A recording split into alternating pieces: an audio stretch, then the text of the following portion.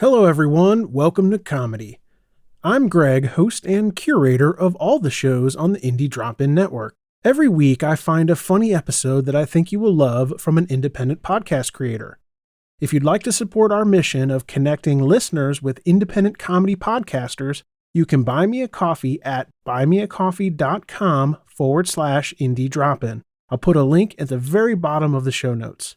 Today's episode is from I'm A Sophisticate and So Can You. Two queer millennials with ADHD discuss the canon by reviewing all the movies, musicians, and books they were supposed to know but never made time for.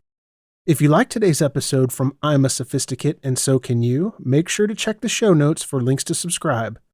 Enjoy the show. Begin.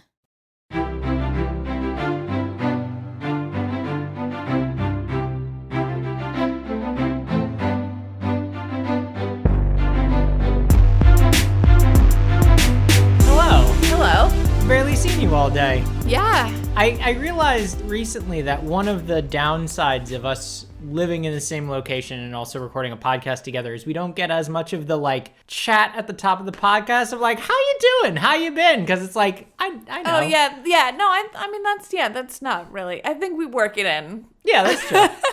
That's true. I think the listeners are getting a sense of how we're doing. Yeah. I have terrible menstrual cramps. Yeah, so last time both of us were on painkillers. Yes, now only one of us is. Now only one of us is, yeah, so... I spend a lot of time on painkillers. It's okay. Yeah. I have a rocky relationship with my organism, and that's okay. I'm working on being at peace with that. Mm-hmm. Yeah. I've spent a lot of my life trying to just be better. Mm-hmm. But I think it's going to be a more yielding angle for me to be some people and their bodies are just, it's a negotiation. Yeah. Yeah, absolutely. And that's okay. Yeah. And because of that, one of the ways that manifests is you're taking a cross-country train trip this week. Yes, I am. So menstrual cramps aside, we really wanted to... Yes, your cramps are why you're taking the train. Yeah, well, no, I mean, what did you mean? No, I was kidding. I meant your... Said. Yeah, what I meant was your negotiations with your organism are why you are taking the train this week instead of flying. Oh, yes. One thing is that it's very difficult for me to fly, and not for reasons that have become psychological over time, but that are now a psychological response to physical distress. It just sucks real bad. Yeah, it just sucks real bad. But I know most people, 9 out of 10 people that are like, oh, I can't fly, it's because it's all in their minds. And mine has moved to my mind gradually from my body, but not from just the abstract idea of planes being scary.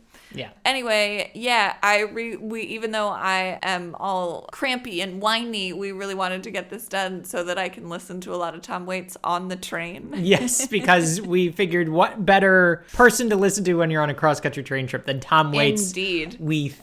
Yeah, maybe. I don't know. So this week, or whatever unit of time a podcast represents to you, we are talking about Tom Waits and how Stella got her groove back. Yes. And so, yeah, we're just trying to... Your time warp this edition is going to include, for me, a cross-country train trip. I will, when we return, I will have had that beautiful, magical experience, and you'll just still be listening to us talk. Yeah, I will probably not have left. Certainly the city, almost certainly this neighborhood. Yeah. So should we start with Tom Waits, since we're talking about him? Sure. I think of the things on the envelope, I actually feel like I have a pretty good idea of what Tom Waits is going to be like. Mm-hmm. But he's so prolific. It's God, I don't know. There could be a lot in there. Yeah. And he's had a lot of different phases, is my understanding. I've just a couple times in my past, I've tried before. It seemed like the sort of thing that I should I tried a little harder than I did with Sleater-Kinney, where I was oh, I probably should like this, and then just ignored it completely. Tom Waits at some point or other, trying to impress men probably. Mm-hmm. Trying to be a one of those guys. A cool girl. Yeah. Oh, no, I'm not a regular girl. I'm a girl that gets Tom Waits. Mm-hmm. You can trust me. Mm-hmm. I won't have feelings that you'll have to. I don't have feelings. I like Tom Waits. Yeah. I get all my feelings out just listening to Tom Waits in my car, and I ask very little of my friends, so I'm a safe person to think is cool. Yeah, so I tried that a couple of times and it didn't really stick, but I wasn't like, ew, gross, get this out from under my ear palette. It just didn't really stick. I will say that there is a theatrical production based on his album The Black Rider, and the production I saw of that at ACT in 2003, something like that, was very influential to me as a theater artist. And so I was like, ooh, I gotta like, let me run straight to this album. And then the album was like, oh, this isn't what I saw. Like, this is just Tom Waits singing these songs. There've been a couple other examples of times where I've encountered Tom Waits sort of out of context or like reimagined and been like, this is brilliant. And then gone back to the Tom Waits and it's like, yeah, no, I wanted the thing. So I'm having this feeling that it's going to be like, I think I'm going to like the writing a lot better. That I think the performance of it for me, the Tom Waits of it is going to be a little bit much of a muchness. Yeah. But I think there's going to be a lot in it that I'm like, this wants to be expanded upon and extracted from and further examined somehow. Yeah, I think I have a similar feeling of, I think just because of knowing myself and my own musical tastes and how appreciative I am of really strong singers, I think that's probably why I've studiously avoided Tom Waits all this time, because he sounds like he gargles with gasoline. Like Listen, sometimes it's fun though. He doesn't have it. The problem is the lack of like range. He always sounds like he sounds, but I think also, especially when he was younger, it was a little more mellifluous. And I say that as someone who like enjoys Leonard Cohen. So sure, yeah. And Leonard Cohen is not quite as gravelly, but like certainly gravelly, particularly in his later years. Yeah, like a range of rich tones. Yeah. In the vocals is not their primary. But I think there is something that can be exciting about Tom Waits' as sort of like bassy, like rough and scrappy, and like it works to the extent that it did not disappoint me on Black Rider. Black Rider is a story about like selling your soul to the devil and shit like that. He has a voice that can live in a heightened storytelling. Yeah. Like that's what I mean about it's fun sometimes, even though there's not like a huge range. Like it's cool sometimes that he sounds like no other person. Yeah. And like a little like a monster, like a singing monster. Yeah, he's got that vibe of like, and then he went down to the crossroads. Yeah. It's like, yeah. He's very down at the crossroads. So yeah, I'm going to get on the train and there's a lot of it, you guys. 21 studio albums, we're not going to do all of them. Yeah, my usual approach is to pick an album that everyone says is fantastic and go deep on that before I spread out. And I'm not going to do that this time. I'm going to cover as much ground as I can. And I'll see if there is one that jumps out at me. Partially because the Waits heads don't really have a consensus on what his best albums are. I was in this Reddit thread where everybody was ranking, and it's like, it is all over the place. And most people hate the Black Rider.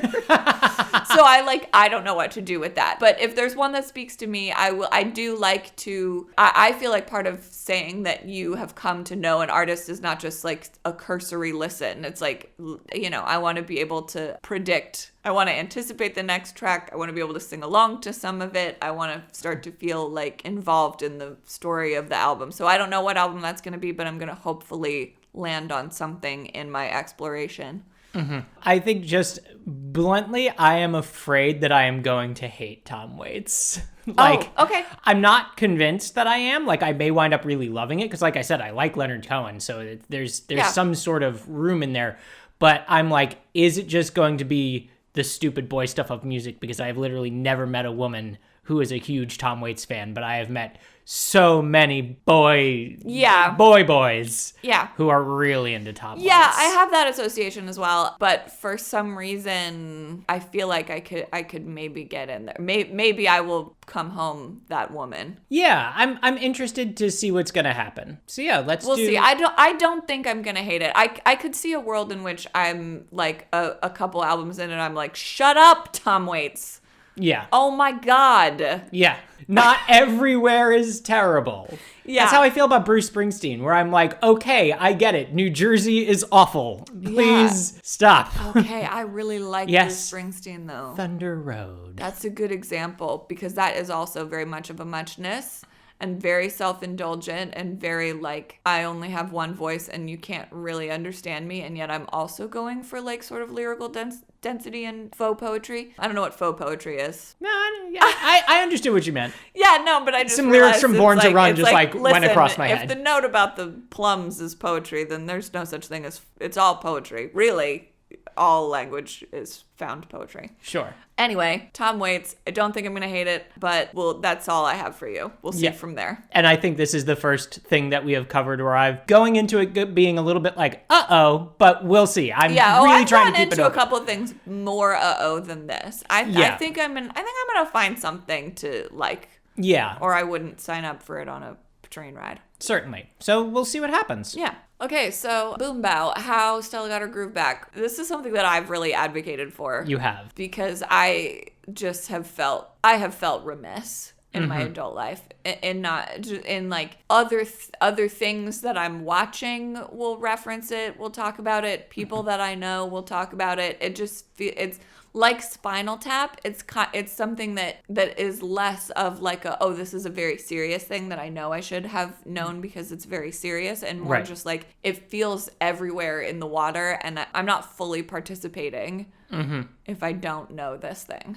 Yeah, I think I felt a little bit less strongly, but I think I'm just going to lay that at the feet of the racist town that I grew up in, because this movie came out in what, 1999, 2000, something like that? Oh, I have absolutely no idea. We were around 10 when it came out. Yeah, and it wasn't like, I don't think it would have been like a great choice. Like, I don't remember it being in theaters and me being like, oh, that is not for me. That is a movie for Black people. Like, I think it would have been an odd choice for our age group no matter what. We would have had to come back to it. I just never have, and I think that does have to do with the fact that I'm white, and that's part of why I'm like embarrassed about it, and I want to correct it. I definitely agree with that. It was just one of those things where I think we were talking because I asked you to sell me a little bit on this idea because I just like, I didn't have a frame of reference for like, is it really in the zeitgeist? Because like when I was growing up, not only was it, like you said, an odd choice for our age group at the time, I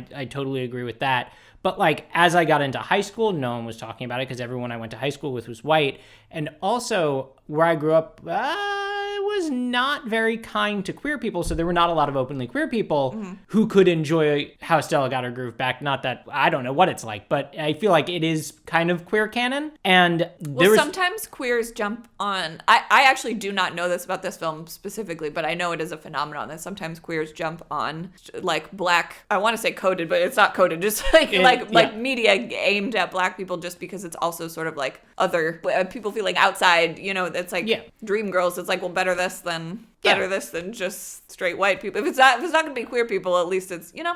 There's a kind of association. It's like sometimes this goes, sometimes not. Sometimes this goes wrong, but it can happen. It's the same thing that like Ari says this about Wicked, where like Wicked is great because Elphaba is an outsider, but like the color of her skin means that a lot of people of color identify with Elphaba, but because there is like something inborn about her that is different from her parents that makes her different from everyone else, queer people see themselves in her, people with disabilities see themselves in her.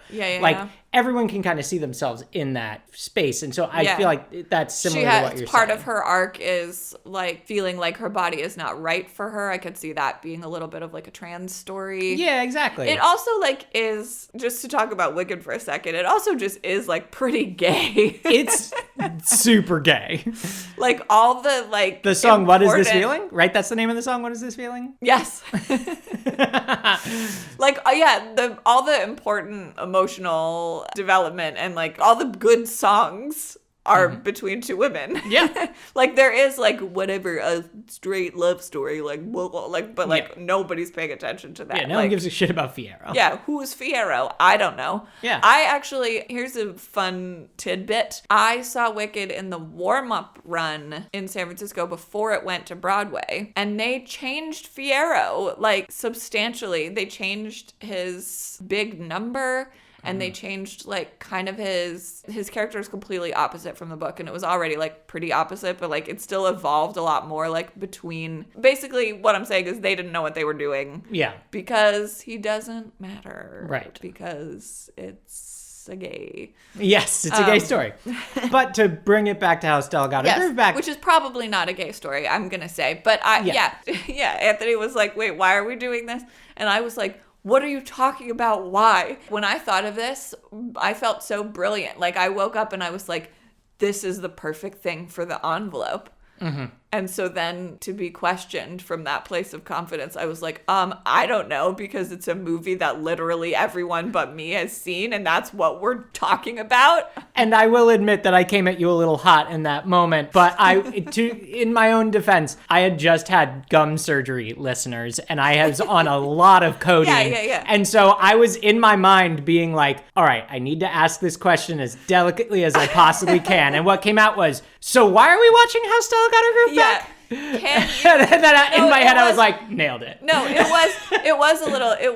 was more delicate. It was like, hi, can you tell me a little bit more about why we're watching How Stella Got Her Groove Back? Okay, good. So it wasn't as bad as I thought. No, it wasn't bad at all. I didn't feel at all attacked. I just was like, what? Like, what parallel universe is this where How Stella Got Her Groove Back is not, like, obviously the top thing on the envelope? But it's, whatever. It ended up being, like, the fourth thing on the envelope. And these things I rescind that, because none of it is ranking. It's all just, like, what we feel like today. There's some of it is driven a little bit by, like, urgency, but even that is, like, so capricious. It's just, like, what we're feeling is urgent in the moment. Yeah. So I think it's going to be hokey. I think it's going to be, like, a little cheesy in a way that's, like, I think it's going to feel dated. Mm-hmm. But honestly, I think that I'm going to like it more than, like, a rom-com about white people from a similar era. Right. Because those have come to grate upon me so much. Right. And I think this just, like, simply because it's not about, like, the dominating demographic of people is going to dodge some of the most annoying traps of its genre. Yeah, I feel similarly, where I'm not sure if it's gonna, like, stick in my mind in the way that Spinal Tap has stuck in my mind over the last week. Sure, yeah. But I think it will still be fun. Yeah, I don't think it's going to feel like a chore. I think it's going to feel... It's going to feel very breezy, I think, is my guess. Yes. Breezy is a great word. I believe it takes place at some sort of resort. I feel like all the art, the advertising art, like, has a breeze in it. Like, there's, like, sarongs that are being lightly... blown. Yes, lifted. Yes. By a breeze. A fresh, pleasant breeze of someone getting her groove back. And her is Angela Bassett. Yeah, and I believe she gets her grooves back via Tay Diggs. Yeah. So this is going to be fun. Okay, yeah, that's... So we'll jump into the future. And when we come back, Sydney will be back from the train, and we will let you know what we think.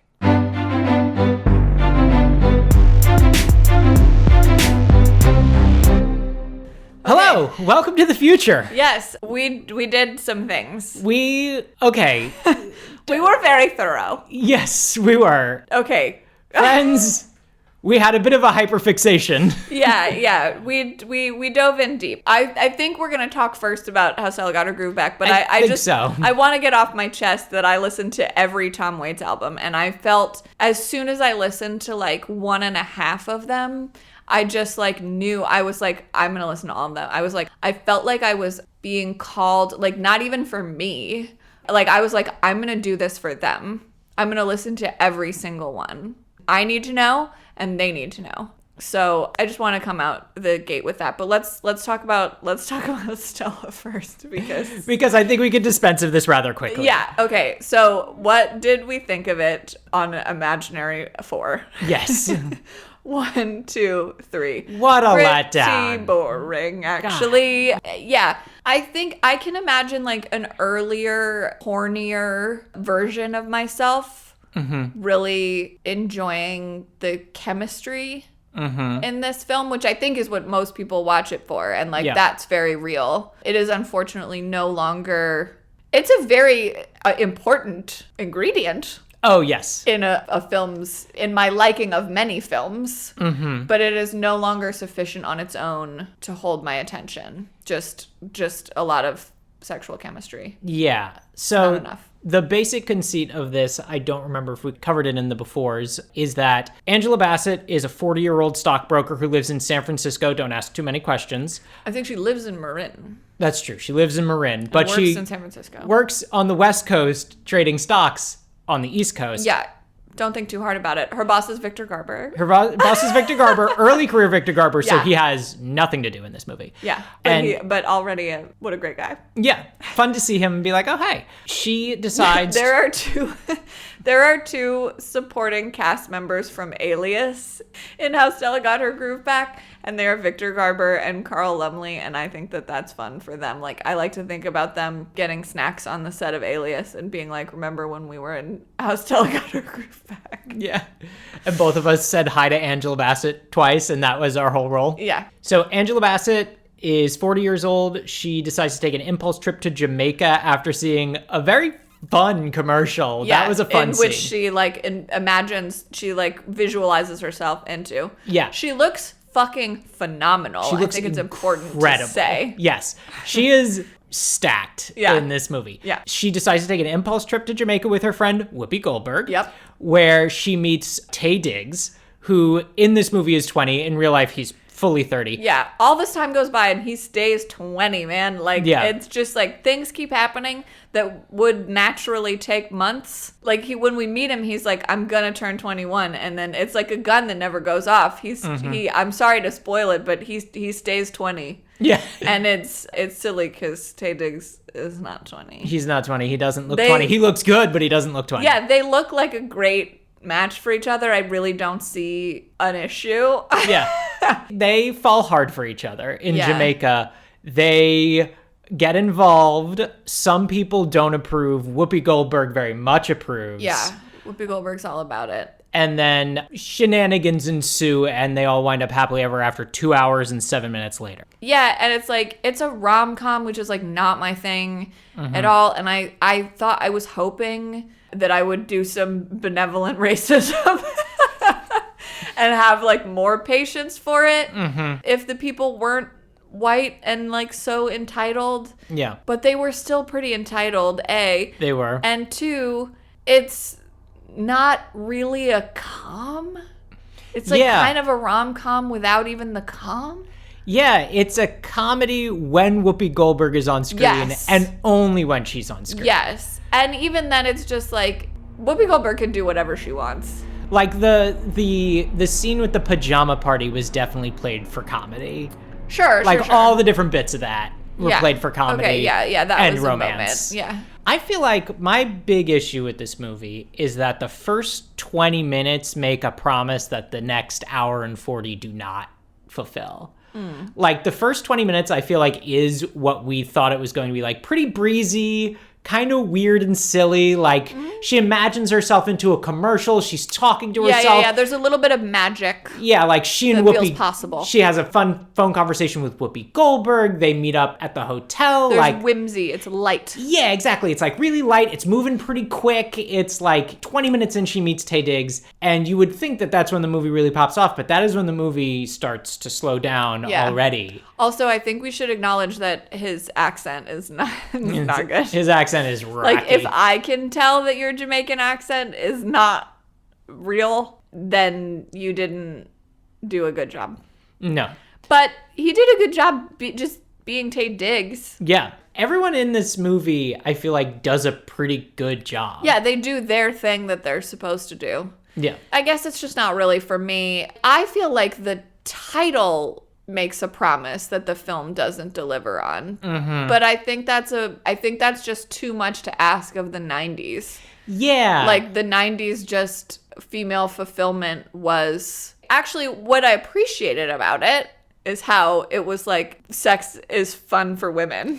Yes, there was a lot of that, and there was like never a question. But just the like background truth that like every woman is better off with a man, no matter what that man's got going on. Yeah. Not no matter what, but like pretty much. Yeah, it was very much in that 90s mold of like, this is a woman who can have it all, and by have it all we mean a indescribable job and a cute kid and a hot boyfriend. Oh, the kid was also swell. Yes, I enjoyed when the kid was on screen. Kid was good. I just love kid actors. If I haven't said before. Yeah, like I said, I feel like the steamy parts, like there's a time when, I mean, I was like, oh yeah, that's steamy. Like you did that correctly. And there's a time when that would have been something that really made a film worth watching to me. But I just turned 34, you guys. My vagina's all closed up. You at least need more than like one butt nudity shot. Yeah. Oh, you do see his butt. You do see Taye Diggs' butt. If you want that. I don't know. I'm like kind of talking about it. I'm like kind of warming to. I'm like watch it on like ask somebody over and like watch it and snuggle. I mean, so long. Yeah, I watched it with Ari. Oh yeah, you guys could for the viewing public. That's my wife. Canoodle. And no, it didn't really didn't pop it off. No, it did not because it's too damn long. It's like at some point you're like, ooh, this is a sexy movie, and then you're like, I have to watch the rest of this movie. So maybe invite somebody over and just know that you're gonna turn it off at some point. Yeah. Also, they bang twice in the movie, and one of those times it is sad. Oh yeah, I was into that time. But that because I'm into like emotional stakes. Sure, and I think it was a good narrative point. In an on-screen fuck. But like there was an hour and a half in between those two times. Yeah. In which Whoopi Goldberg dies. Spoiler. Yeah. They killed the best part of the movie 2/3 of the way through. Yes, I think overall it is a thing, like many of these things, that I'm glad that I can now say that I've seen it. Yeah. Am I glad that I saw it? I don't know. Am I glad to have the knowledge in my brain meets? Sure. Yes. I watched this movie twice, I think that's how and I feel. Am I glad I spent 4 hours watching How Stella Got Her Groove Back? Not particularly. You didn't have to watch it with me again. I tried to watch it. I would have tried again eventually. No, I know. It felt like a good motive. It felt like we were in this together. Yeah. I blame you, not at all.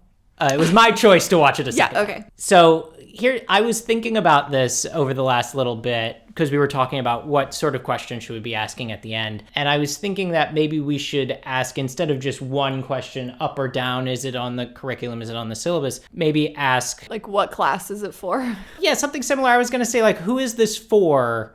And is it in your curriculum?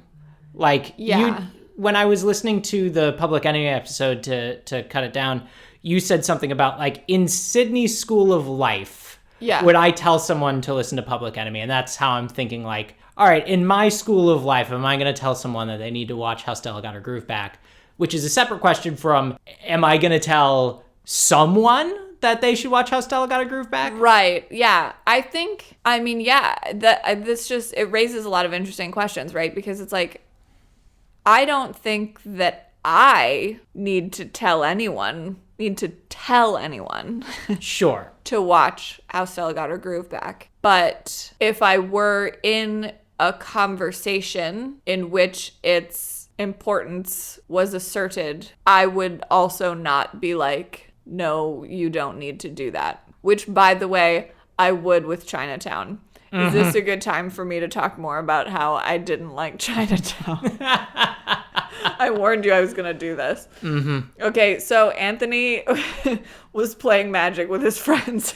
Who are mostly screenwriters. Yeah. And apparently some of them were up in arms that we didn't like Chinatown. And one of the reasons that they gave is like, but it's one of the best. It's like widely accepted as one of the best screenplays ever written.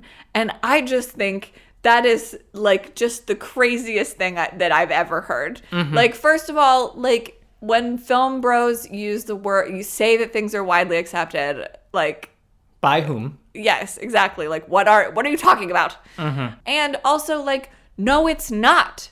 It's just not. Like, I've read better unproduced screenplays than the screenplay to Chinatown. If you just read, like, anything that is good about Chinatown is how it's shot or how it's acted. Sometimes, like, the screenplay is there and it does its job, but that is not that is not a standout element to me in it at all. And I just think it's wild how people are, like, fucking brainwashed by just, like, the opiate of consensus. It's just like, oh, we just all decided that Chinatown is amazing. It's like, it doesn't, the ending, as we discussed, does not make sense. I don't know. It's just, like, not, like, if you want to talk about, like, perfect structure of a screenplay, it does not have that. If you want to talk about, like, really, like, memorable language, it does not have that. If you want to talk about, like, really well-developed three-dimensional characters, it does not have that. And if it ever feels like it does, it's because the acting is good. Like, just calm down. Everybody just calm down. Yeah, is How Stella Got Her Groove Back Chinatown? No, because How Stella Got Her Groove Back is not as guilty of overhype as Chinatown. Yeah, no, I forget how I ramped into this, but... You were saying you wouldn't intercede to tell someone not to watch How Stella Got Her Groove Back the same way you would with Chinatown. Yes, and I think that has to do with, like, I feel much more comfortable interrupting the establishment than getting in the way of, like, a thing that's a little bit outside the establishment. You know what I mean? Like, I'm not gonna poo-poo a thing that, like, it's cool that it got made. It's cool that in the 90s it got made and was marketed to some extent to white women also. Yeah. That's cool. Yeah. And I don't want to take that from anyone. No, I don't. But at the same time, I don't think it's very good. Yeah. You know? Well, yeah, I mean, that's where like, where we are. I just don't think it's very good. Yeah. But I am glad that everyone in it got to do it and then do more stuff. Yeah. You know, I feel like that this happens so often with, like, filmmakers of any marginalized community or creators of any marginalized community. It's like, here's your one shot. If you don't make it perfect, the Ghostbusters problem. Yeah, the Ghostbusters problem. Exactly. So I'm glad that Angela Bassett, Taye Diggs, and Whoopi Goldberg have all had great careers. Yeah, I don't think this was really the making of Whoopi Goldberg. No, she was already established, but this was Taye Diggs' first movie. Yeah, for sure. Yeah. So he got to then now, go and be in other movies. Yeah. Yeah. What happened to Benny? What happened to his heart? You're referencing Rent, and that is another one that I don't know. Oh, interesting. Yeah.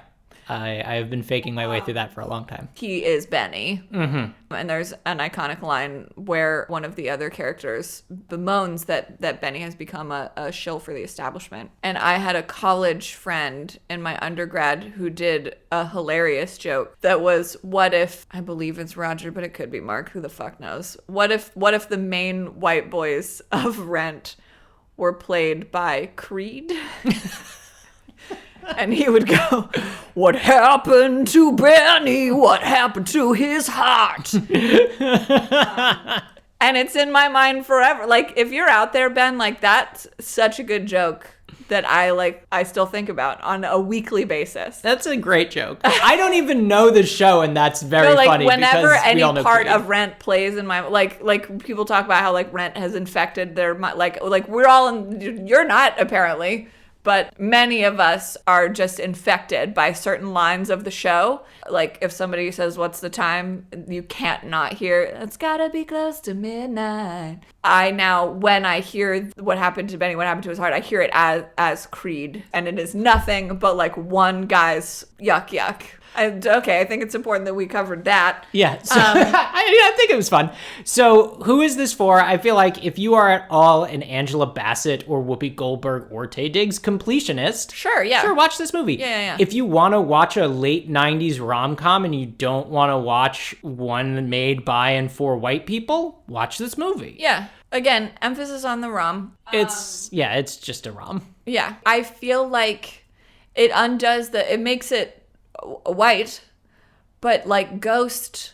Oh, you haven't seen Ghost? No, I have seen Ghost. Okay, yeah, okay. So it just makes such better use of Whoopi. Yes. If she's gonna be the, like, third person in the rom-com, and Ghost is also more rom, less com. No com, just rom. Pretty much no com, except for Whoopi. Except for Whoopi and some of the stuff that Patrick Swayze does to annoy Whoopi. Sure, yeah. There are moments of Okay, comedy. so I would say similar level and like just like maximum Whoopi. Like she's really at her finest, but then we are back to watching a film about white people. This is true. Yeah. That's just a decision that you have to make for yourself. Yeah, I do think I like the recommendation. I had not thought of it before this moment, so I'm glad you said it. That if you're going to watch a romantic movie with 3 people, one of whom is Whoopi Goldberg, yeah, Ghost is better. That's like watch these 2 people like be like yearn for each other, and also Whoopi Goldberg is there.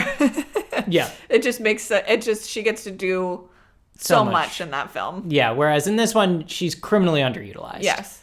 Criminally underutilized. Agreed. So here's the question: is it on your curriculum? I'm gonna say no, for me. Yeah. I'm gonna say like, what do we mean by my? What do we mean by curriculum? Like it's like I guess not. Like if we're talking about like literally like what would I teach at community college? Mm-hmm. I wouldn't teach this. Yeah, and I think it's acknowledging the fact that like your curriculum, just you, not like an objective pronouncement on the quality of the movie. Like, neither of us really liked it, but that's okay. Someone probably does. And it's not really for us, really. Right, exactly. Yeah. All right. I just want to voice that I feel like I'm still not sure that we've like fully nailed down like what we're answering, but I do feel like we've fully nailed down how Stella got her groove back. Yeah. And I think you don't need it, at least coming from me. And it sounds like you don't think so either. Yeah. So we'll take a brief pause, and when we come back, we're going to cover Tom Waits. Oh, are we ever? Okay. Now the reason we're all here. Okay. Tom Waits. Here we go. Okay. You guys, the amount, it was a lot. There are many, many, many albums. There are 21 studio albums. Yeah. Okay. You keep saying that. Is that the truth? Yes. Okay. So there's a whole bunch. There's just a mess of stuff on Spotify. I skipped some of the movie soundtracks. Mm-hmm. And then there are a couple of albums that are him re-recording songs, like not anthologies, like new album. And I also skipped the anthologies. Yeah. But I also skipped the ones where he made a new album out of his old songs. Mm-hmm. I listened to one of those, but there were 2 more and I didn't listen to them. Mm-hmm. And I also skipped Orphans because, like, honestly, fuck you. At that point, Tom Waits, like, can you just? Mm-hmm. I don't know how much you made it through, but like 18 of the 21 albums. Oh, okay. Yeah, I think samesies. I think I listened to 18 because I skipped because a couple of them are movie soundtracks. I think I skipped a couple of his early albums. There's like 1 or 2 of his early albums in addition to skipping the movie soundtrack, skipping the anthologies. There are like 2 albums that you did that I did not do. Okay. But I did do the rest of them. On the count of imaginary 4? Yes. 1, 2, 3. What even is this? What? Like, reader, we come to you with more questions than answers. Yes. Like we really gave this a good try. Like I listened to all of it and I'm still like, I don't know what to call this. I had the thought, I was like, I'm actually really glad that we're doing this because so far I think all the people that we've done, all the musicians that we've done have been like leaders in their field. And like Tom Waits is not that. He's not leading. He is barely in a field. Yes, he's not in a field. He's underwater in a diving bell with an accordion. Yes. Yeah. So my questions, like, what is this? Like, is this like show tunes? Like, is it jazz? Is it jazz? Is it carnival? Is it the Spirit Halloween? Is it the sound of a man falling down the stairs? With a piano? Yes, with a piano. Is it, more abstractly speaking, is it Sam Shepard? Is it Salvador Dali? Mm-hmm. Is it a weird upside down version of Randy Newman? Like I sort of feel like there's a way that like our plane has Randy Newman, and then when you go into the upside down, it's Tom Waits. Yes. Singing Short People Got No Reason to Live. Can you imagine? That would be fun. Short people got no reason. Yeah, that's pretty good. Thank you. Okay, yeah, if you think you don't know a Tom Waits song, you do. You know at least one. If you've watched The Wire, you know the theme song to The Wire is by Tom Waits. There are other ways that it may have snuck into your life. I don't. It's like, is it meticulous or is it haphazard? I don't And I think the know. answer to those is definitely yes.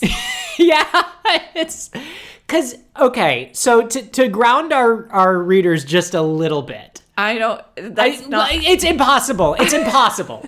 I apologize. We are off the edge of the map. Here there be monsters. Yeah. But what we mean is that when you listen to a Tom, or at least what I mean, is when you listen to a Tom Waits album, particularly anything after 1980, Yeah. he will vacillate wildly between a really moving, Springsteen-esque but weirder picture of like American decay.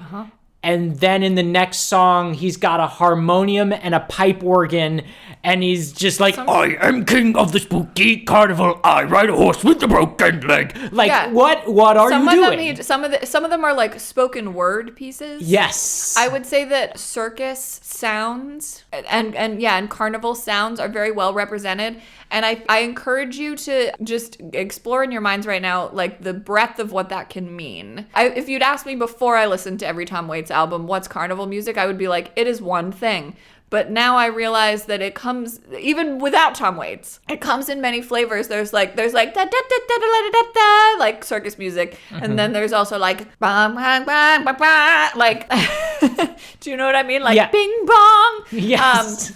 There's a lot of, and he's got it all. He's got it all in there. You know, there's only so many sounds my voice box can make to represent carnival sounds, but they're all on a Tom Waits album. Yeah. I really actually liked his very first album. Ironically called Closing Time. Yes, it's like a collection of standards. Also, here's another question that I have.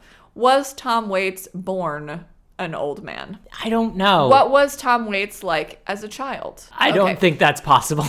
So I did read in the little, you know how sometimes Spotify is like, here are some lyrics and also some thoughts about the making of the song? Yes. I was shocked to find one of these on a Tom Waits song.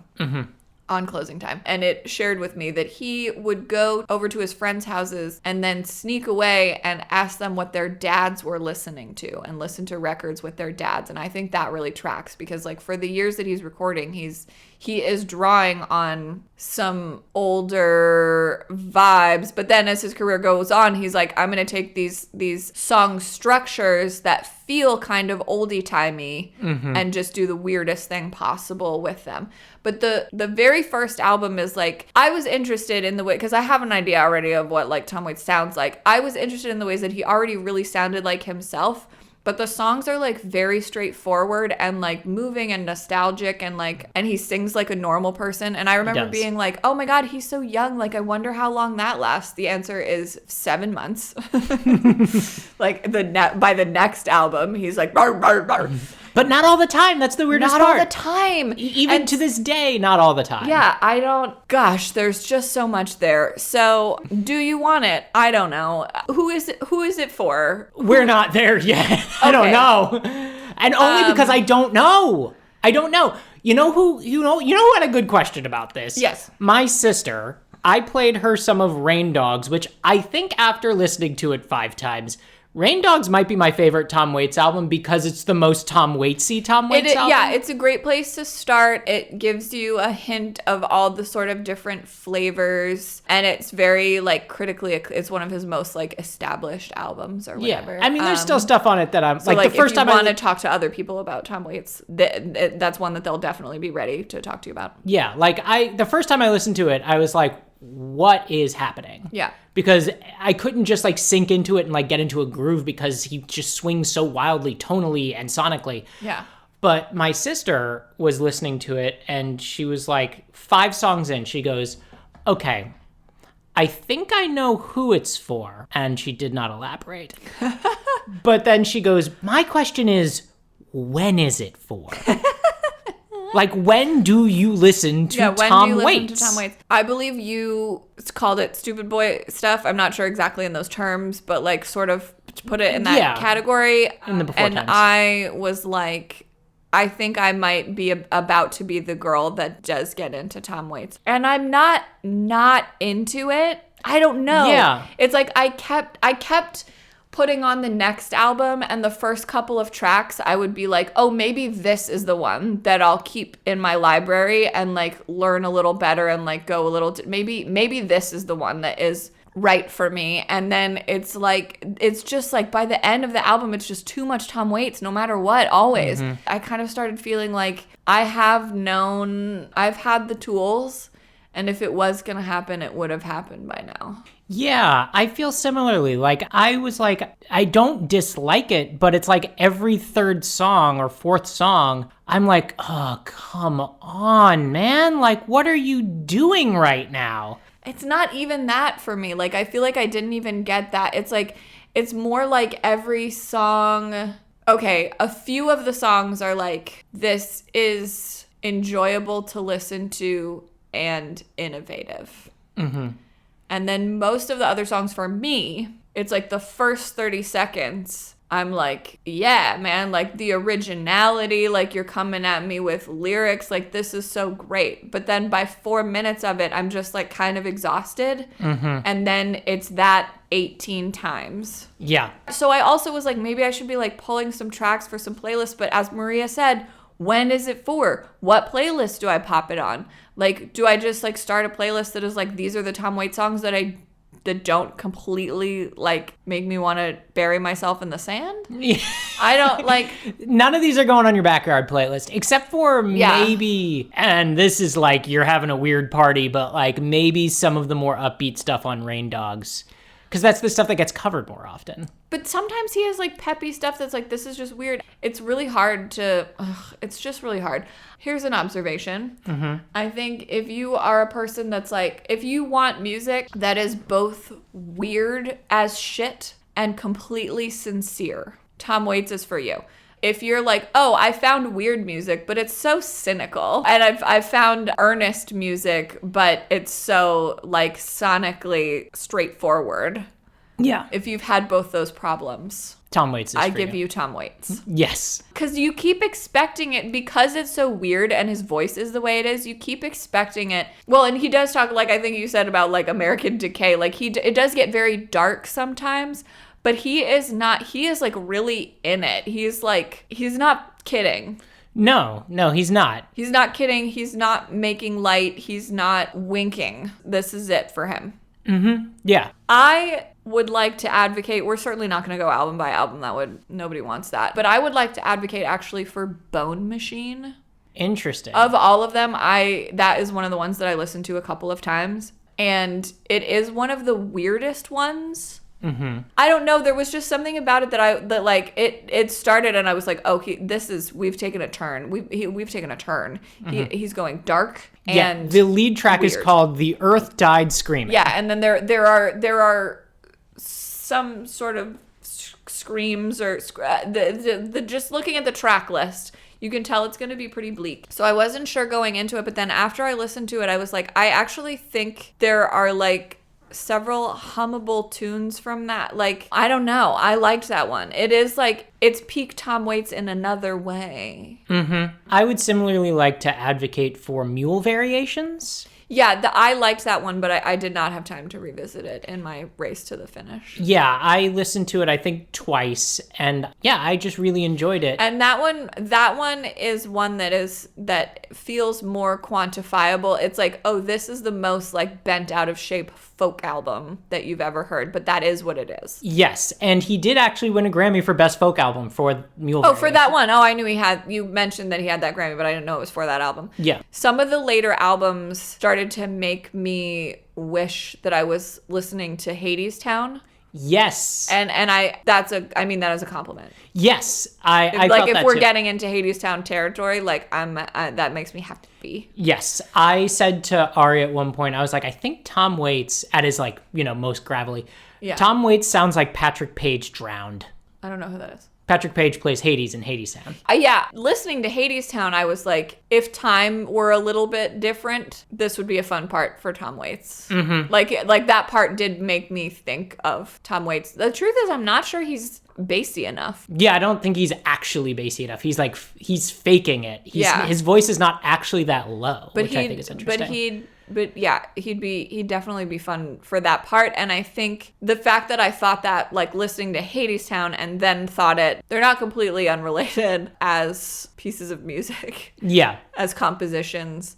Speaking of compositions, I made Anthony pay special attention to the album The Black Rider. And I will be honest, I listened to it once and was like, I can't revisit this. I also I'm so only sorry. listened to it only once because I also was like, wait, what is this? And the reason that it happened at all is that when I was in high school, I saw a fully realized production of like a musical version of The Black Rider at ACT in San Francisco. And it was like a really formative theater experience. Like it's a show that I still think about and that I think opened my mind a little bit in terms of like what is possible. Mm-hmm. In theatrical storytelling, what is possible and what is worth pursuing. Yeah.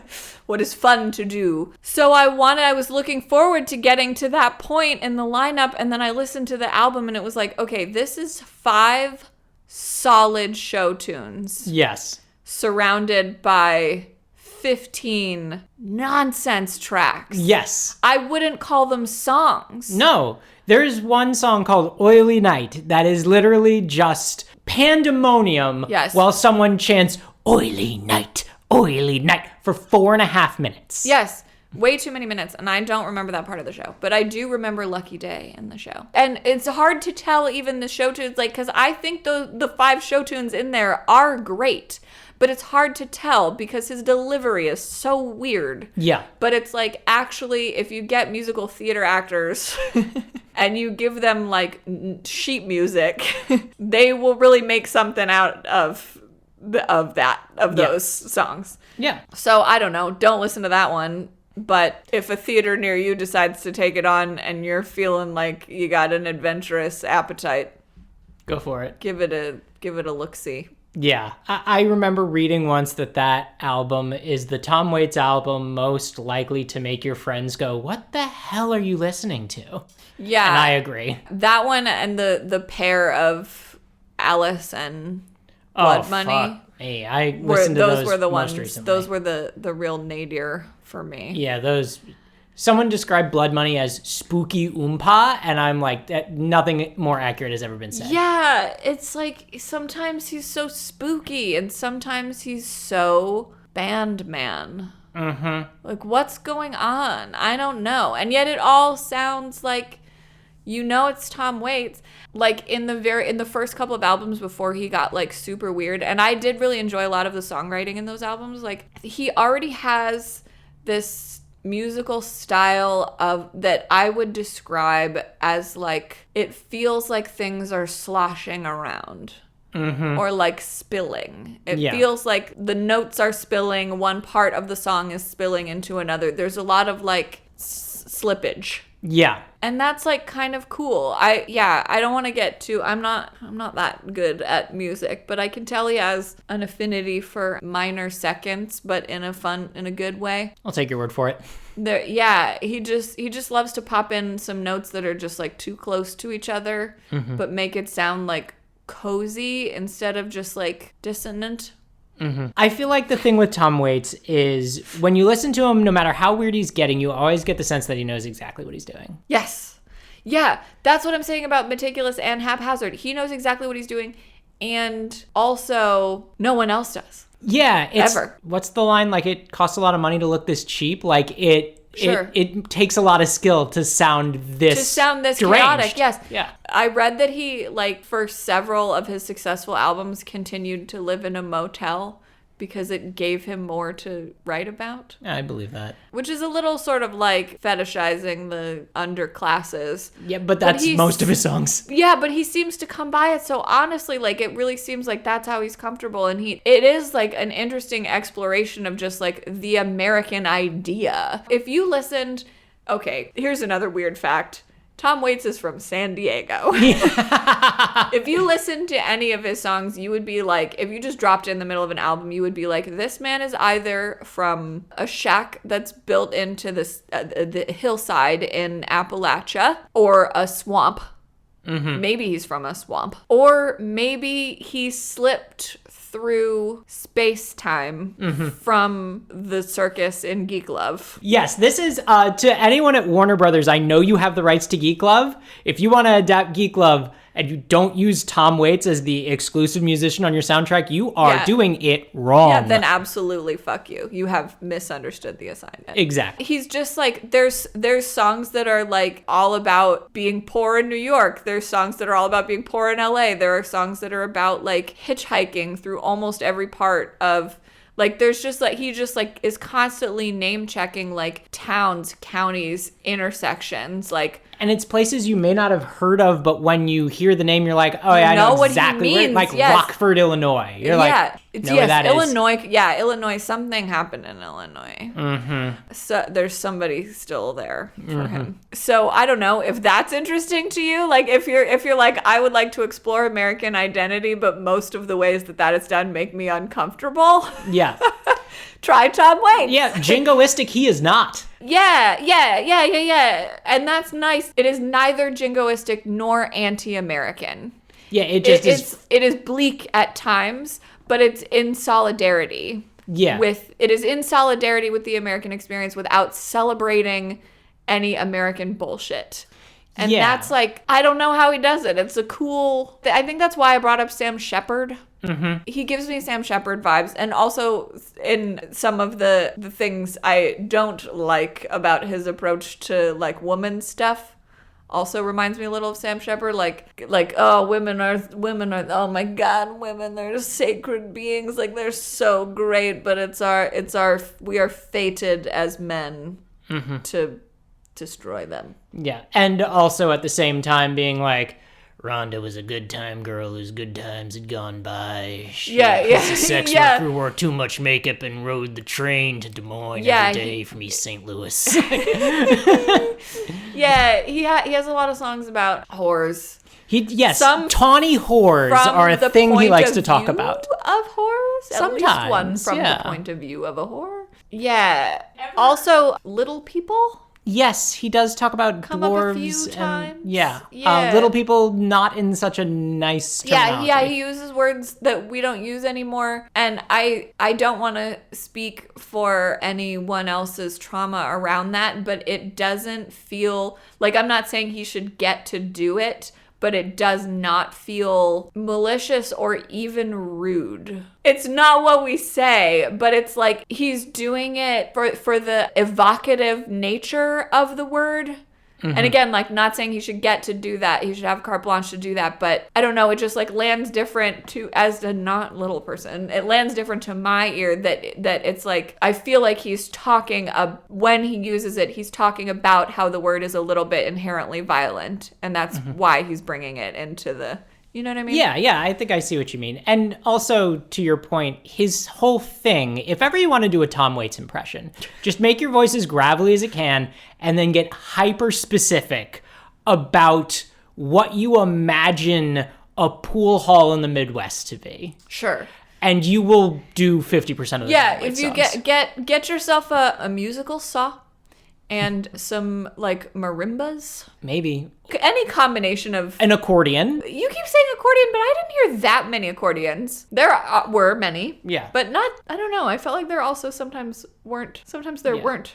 A piano will do you in a pinch. I will say... Oh, and I liked also that he used piano sounds that I know from my days of playing piano are like, that means the piano is in like quote unquote bad shape. A pianist would play a piano that sounds like that and be like, ugh, is this what I have to work with? And he like uses that to record, and I appreciate that because that's just fun. Because he's like, this is an instrument.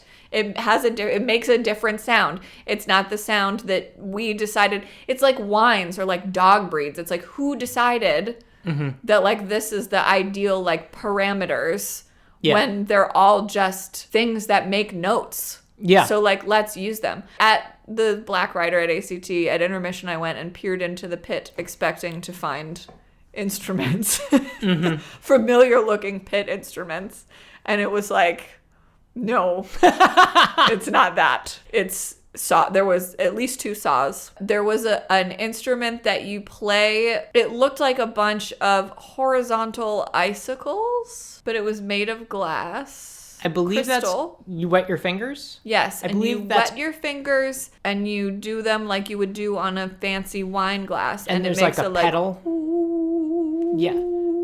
I think that's called a harmonium. There's a couple of instruments that are like that. But That's a harmonium? I think that's a harmonium. Okay. Just like any weird thing that makes sounds. He's like, can I make music out of this? And the answer is yes, he can, and he will. He also, fun trivia, there are no electric guitars on his first 7 albums. Wow. He made 7 albums without an electric guitar. But then later, I feel like he does great stuff with electric guitars and distortion pedals and like steel strings and slides. There's a lot there. It's just hard to listen to. And I really thought that this might be the day that I like I've been saying that if I just listen to them enough, my brain gets used to them and is like, this is one of my things and now I want it, and I can like anticipate where it's going and what the next thing I want from it is. And I really thought this might be the day for me with Tom Waits, but it's still too hard. Yeah, and he's got some brilliant songs. Yeah. And I mean, we've said that before already. Like, some of the stuff that he's written is so good, and they're all scattered throughout his albums, though. Like, I think Rain Dogs, half the songs on there are excellent, and a bunch of them have been covered. Mule Variations, same thing. But, like, there's at least one good song on every album. Like, that's what's so frustrating about him, is it's like, it's really hard to just write off. Sometimes I even really like the ones that aren't good. Yeah. Just like the transition in mood. It's like, I want it, but it's work. Yeah. So I think what helped him click into place for me is when I found out that he was really inspired in the 80s by Kurt Weill, who worked a lot with Brecht. Oh, that tracks. Yeah. I hear the Kurt Weill in him. And so when I started being like, okay, he's got kind of a Brechtian approach to being a musician. That's why it sounds like show tunes sometimes. Yeah, and that's also why, like, you can't just sit and listen to the album and sort of zone out, and that's why every couple of songs he's like, excuse me, are you paying attention? Hello? Like, he's got one of those tracks in there. That just helped me understand what he was doing. So that might help you, dear readers and viewing public. So I guess at this point, who is it for? I guess what I learned is that you already know, or I already knew. So maybe you do too. Maybe you don't. And if you don't and you want to, I would say, give maybe Rain Dogs a listen, because that's pretty good intro. And then if you want sort of the outsides of what's possible, and I think the best outsides, listen to Closing Time and Bone Machine. And if any of that is of interest to you, congratulations. There is so much more. Yeah. You won't wear it out. If it turns out it's for you, you're set. Yeah. You got to go see. Yeah. You got to go check. Yeah, he's a mad scientist, and the thing about experiments is they don't always work, but man, when they do, they really do. If you're looking for anything weird, Tom Waits. If you're looking for anything that's like kind of bluesy but also not boring. Yeah, Tom it's Waits. not boring. I guess part of this, sometimes what I want to say, especially about like stuff that boys like, I want to arm you with like, if people bring it up. I don't know. I feel like we have given you some pretty good like background and trivia and shit that you can be like, oh yeah, I know. But I want to give you like when some person is like, well, Tom Waits, like, well, what? I'm only interested in talking to a woman that knows what her favorite 3 Tom Waits albums are. Like, say the ones that I just said for the reasons that I said them. But also, like, that guy sucks. So yeah, I think here's this is probably a universal rule, but I feel like it is doubly true for Tom Waits. If the person who is trying to talk to you about Tom Waits is wearing any kind of hat other than a baseball cap, not worth your time. If the person talking to you about Tom Waits thinks Tom Waits is the absolute shit and there's no reason that anyone wouldn't think that everyone who isn't a Tom Waits fan just doesn't know enough yet, they're wrong. That's a red flag. Yes, red flag. I think you're absolutely right, because I would be very suspicious of someone who did not start a conversation with Tom Waits by being like, he's so weird. Yeah. He's so weird, and if they say they know why they like him, they are lying to you.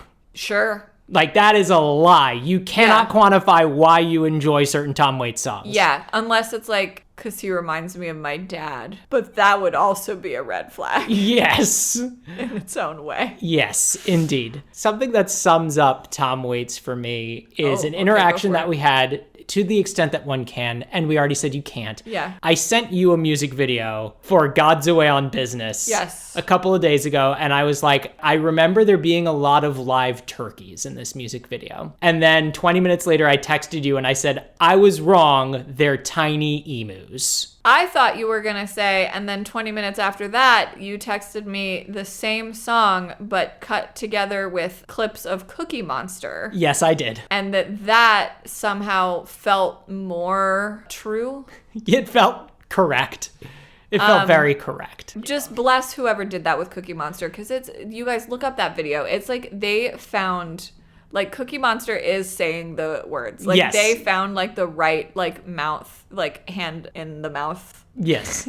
I believe Motions. I believe the username of the creator is Cookie Waits. So go find Cookie Waits on YouTube. I think they God. have 3 videos. The internet, man. Okay. You're going to ask me if it's in my curriculum? Yes, I am.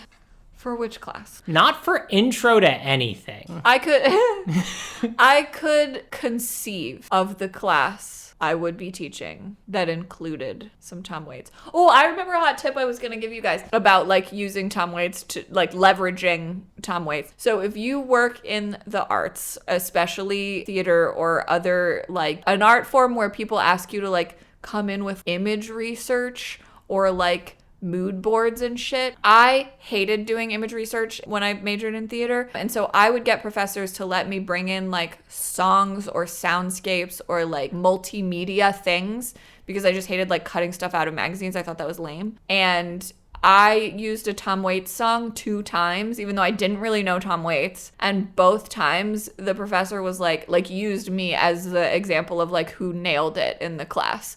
And I only did it in college, but I'm sure it would work in the real world too.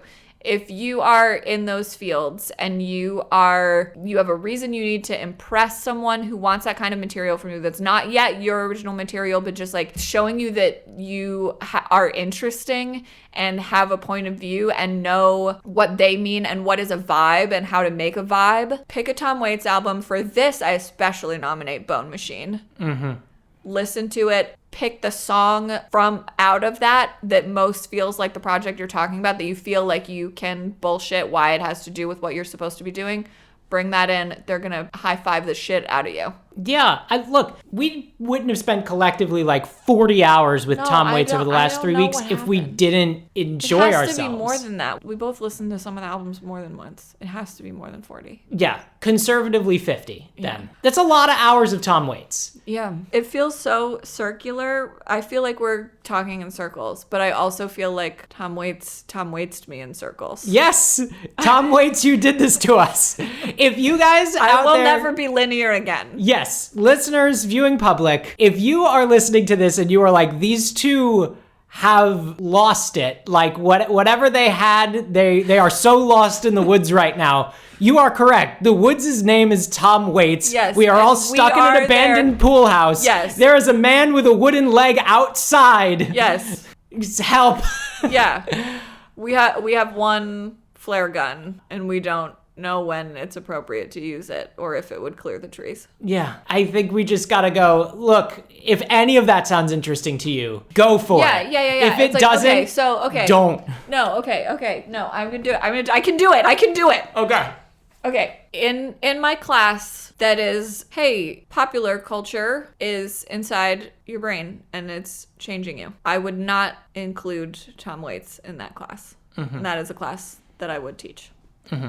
In my class that is like remixing the American folktale for exploitation, Tom Waits would be in that class. Like, if I did a class that was like, here are some ways that Americans think about themselves non-literally. Here are some ways that Americans think about themselves in fairy tale. Like mythologizing Americana. Yes. Mythologizing Americana in a way that we can use. How can we take the weird version of oral history and inherited tale that we are stuck with as a nation of settled murderers. Mm-hmm. What can we salvage from that? I guess it's not about exploitation, it's about salvage. What can we take from that and make into the commonality of what folktales are supposed to be? Right. Do you guys know what I'm talking about when I say like American folktales? Like that, Yeah. the like fiddles and crossroads and like you play the like washboard and like All the stuff we thought we were going to get a lot of in the before times with Tom Waits that I feel like we did, but just not in the way that I expected. Yeah. It was much more straightforward. Like making deals with the devil. There's a lot of deals with the devil and like the American devil personality as opposed to like I feel like there is a particular